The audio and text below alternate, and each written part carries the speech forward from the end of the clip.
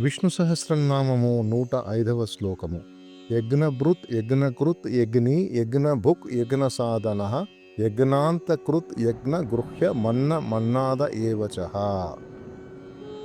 ఓం యజ్ఞభృతే నమః.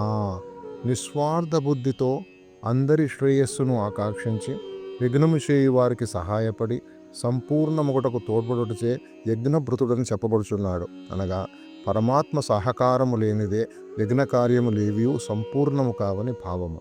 మరి ఒక విధముగా చూచినట్లయిన సర్వజన శ్రేయస్సుకై ఫలాపేక్షను వీడి చేయు యజ్ఞ కార్యములకు నారాయణుని సంపూర్ణ సహకారములు లభించగలవని చెప్పబడుచున్నది. యజ్ఞభృతునకు నమస్కారము. ఓం యజ్ఞ కృతే నమః. యజ్ఞ కార్యములు చేయువాడని అర్థము.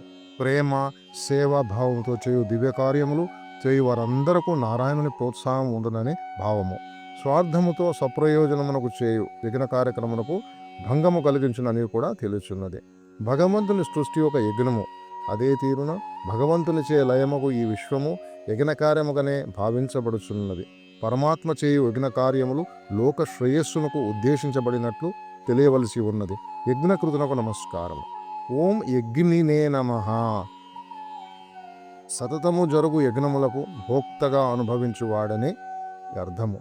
అన్ని యజ్ఞములు నారాయణ ప్రీత్యర్థము కావింపబడుచున్నవి. ఈ కారణముచే నారాయణుడు అనుభవకర్త అవు యజ్ఞి అని పిలువబడుచున్నాడు. యజ్ఞి అను నారాయణకు నమస్కారం. ఓం యజ్ఞభుజే నమః. యజ్ఞమందు అగ్నిదేవతలకు నివేదించు వస్తువులు పరమాత్మకు చెందును. ఏ దైవమునకు భక్తి శ్రద్ధలతో సవరించిననో అవి అన్నీ నారాయణుడకు పరమాత్మకే చెందగలవు. ఏలనగా అన్ని దైవములు పరమాత్మ స్వరూపములే. అందుచే పరమాత్మ యజ్ఞభుగుడు అని తెలియబడుచున్నాడు. యజ్ఞభుగు అయిన నారాయణకు నమస్కారం. ఓం యజ్ఞ సాధనాయ నమః. యజ్ఞము యొక్క ప్రయోజనము సాధించువాడని అర్థము. స్థిర విశ్వాసము, సమాజ శ్రేయస్సు, నిస్వార్థముతో చేయ యజ్ఞములు ప్రయోజనములన్నీ సాధింపబడునని భావము. అనగా వాటి ప్రయోజనములు పొందుటలో పరమాత్మ సహకారం పూర్తిగా ఉండగలదని భావము. యజ్ఞ సాధనకు నమస్కారము. ఓం యజ్ఞాంతకృతే నమః.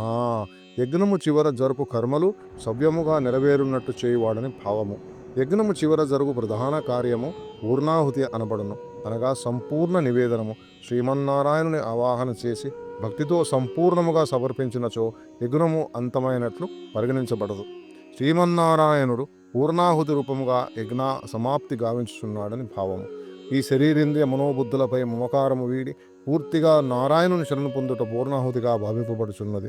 పూర్ణాహుతి రూపములో యజ్ఞ కార్యమును ముగించుటలో సహకరించుట చేత మహావిష్ణువు యజ్ఞాంతకృతుడని చెప్పబడుచున్నాడు. కొందరు వ్యాఖ్యాతలు యజ్ఞఫలమును ప్రసాదించుట చేత యజ్ఞాంతకృతుని చెప్పుదురు. యజ్ఞాంతకృతునకు నమస్కారము. ఓం యజ్ఞ గుహ్యాయ నమః. అన్ని యజ్ఞముల ప్రధాన ప్రయోజనము సత్యమును తెలియుట లేదా దేహమును చైతన్యాగ్నిలో ద్రవ్యములు వేసి ఆహుతి కావించి సత్యస్వరూపం నెరుంగుట యజ్ఞం యొక్క ప్రధాన ప్రయోజనము. దీనిని జ్ఞాన యజ్ఞమని గీత తెలియచున్నది. అనగా స్వార్థపూరిత గుణములనే ద్రవ్యములను జ్ఞానాగ్నిలో వేసి పరమాత్మతత్వము ఎరుంగుటయని భావము. ఈ జ్ఞాన యజ్ఞమును వేదములు బ్రహ్మయజ్ఞమని తెలుపుచున్నవి. యజ్ఞదుషుడకు నారాయణునికి నమస్కారము. ఓం అన్నాయ నమః. జ్ఞానేంద్రియములచే గ్రహింపబడినవన్నీ ఆహారముగా తెలియదగును. అనగా వస్తు ప్రపంచమనగా వ్యక్తమైన పరమాత్మ అన్నస్వరూపము. ప్రళయమంది విశ్వమంతయు పరమాత్మ యందు లీనమగుచున్నది. దీనినే పరమాత్మ విశ్వమును తినివేయుచున్నాడని భావింతురు. విశ్వముగా వ్యక్తమైన పరమాత్మ అన్నస్వరూపముగా ఎంచుదురు. అన్నస్వరూపుడైన నారాయణకు నమస్కారము. ఓం అన్నదాయ నమః. అన్ని జీవులకు ఆహారం ప్రసాదించువాడని ఒక అర్థము. అన్నము భుజించువాడని వేరొక అర్థము.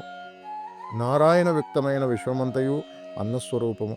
నారాయణుడు జీవునిగా అనుభవం పొందుచున్నాడు. దీనిని బట్టి అన్నము దానిని గ్రహించి అనుభవించు జీవాత్మయు కూడా పరమాత్మ స్వరూపములను తెలియవలసి ఉన్నది. ఇది స్వప్న ప్రపంచమందు అనుభవింపబడినవి వేకువ కలిగిన తర్వాత కానీ అనుభవించినట్లు తెలియలేని రీతిగా ఉన్నది. పరమాత్మ అన్నముగను అన్నము భుజించిన వానిగను తెలియదగును. అన్నాదుడైన నారాయణకు నమస్కారం. ఓం నమో భగవతే వాసుదేవాయ.